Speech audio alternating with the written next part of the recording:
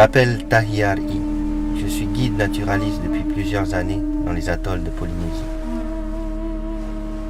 Ma mission vise à préserver l'écosystème lagonaire en m'appuyant sur le savoir des anciens Polynésiens.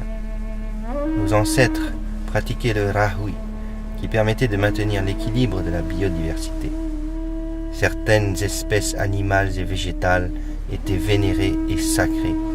Aujourd'hui, nous devons concilier l'ancien et le nouveau et rétablir la symbiose entre l'homme et la nature. En ce mois de mars, nous assistons aux dernières éclosions des tortues.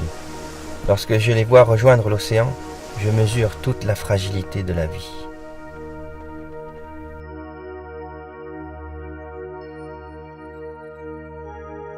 Nous essayons, dans le respect du développement durable, de préserver les espèces d'oiseaux répertoriées ici, qui pour certaines migrent depuis d'aussi loin que l'Alaska.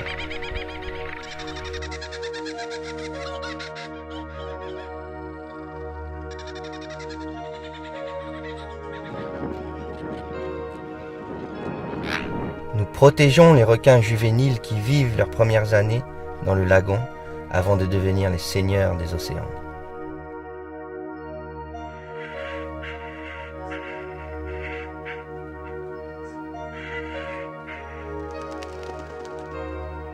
Nous menons des études sur le bouturage et l'élevage des coraux afin de régénérer le récif face aux menaces de l'acidification des océans et la montée des eaux.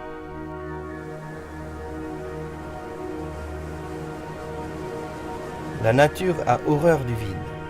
Plutôt que de chercher à exterminer les moustiques, une expérience concluante a été menée pour introduire des moustiques mâles, stériles et non vecteurs de maladies. Une innovation majeure pour éradiquer la dengue, le zika, le chikungunya et le paludisme. Tout comme la tortue qui revient pondre sur son lieu de naissance, l'homme ne doit-il pas cesser sa course matérialiste, superficielle et dérisoire, et faire des choix plus raisonnés et raisonnables, en puisant dans la tradition? Je vous parle bien de tradition et non de folklore. Je ne parle pas de danser pour les touristes, mais bien de vivre sa culture.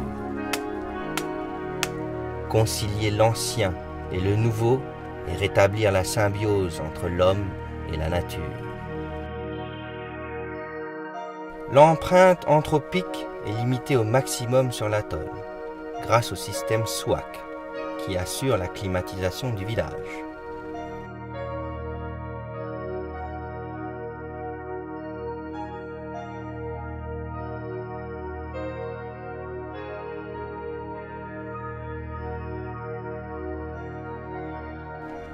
L'eau froide des profondeurs est utilisée afin de rafraîchir le système de climatisation. Nous produisons une électricité propre grâce aux nombreux panneaux solaires et à la centrale électrique qui fonctionne à l'huile de copra, elle-même nous permettant d'alimenter, entre autres, l'osmoseur pour désaliniser l'eau de mer, nous rendant ainsi entièrement autonomes.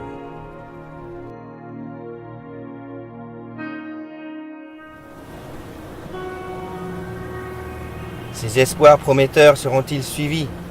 Les mentalités changeront-elles enfin? Aujourd'hui, je me sens vieux et usé et je souhaite que quelqu'un, demain, puisse reprendre le flambeau.